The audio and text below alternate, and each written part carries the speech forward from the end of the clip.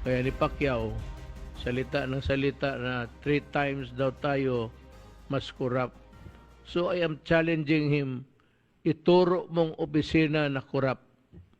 At ako na ang bahala, within 1 week may gawin ako. Maglista ka, Pacquiao. Ito ang hamon ni Pangulong Rodrigo Duterte kay Senator Manny Pacquiao matapos umanong magkomento ito na lumala ang korupsyon sa ilalim ng Duterte administration. Nagtataka ang Pangulo kung bakit walang binabanggit sa kanya ang senador na mga issue sa nakaraang mga taon ng kanyang panunungkulan. Di ba ang sabi ko noon, if you come to know that there is a corruption, let me know, give me the office and the... Ganon ang dapat ginawa mo. Wala ka namang sinabi noong all these years, puro ka praises ng praises sa akin. Tapos ngayon sabihin mo, corrupt.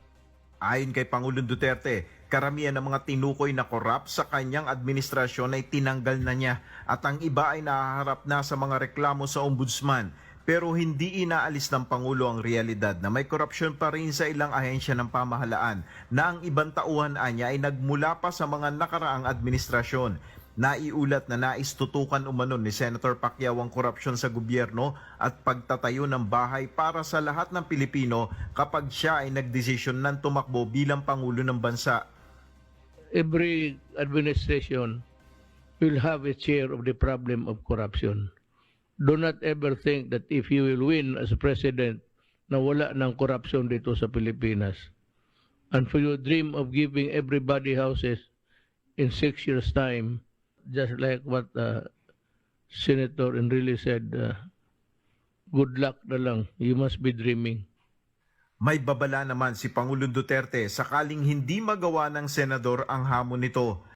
If you fail to do that, I will campaign against you because you are not doing your duty.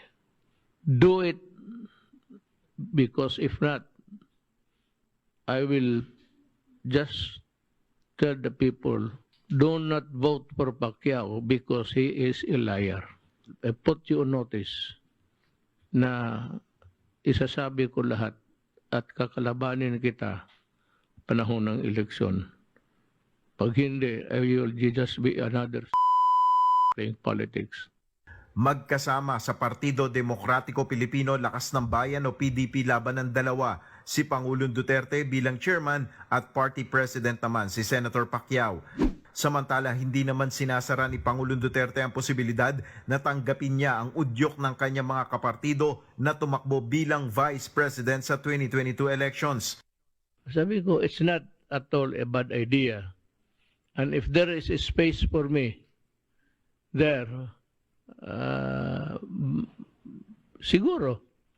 Pero kung wala akong space, everybody is crowding up, wanting to be one vice president, sila na lang muna kasi tapos na ako. Ayon sa Pangulo, may mga nais pa siyang magawa. But there are things I'd like to continue, and that would be dependent on also of the president that I will support.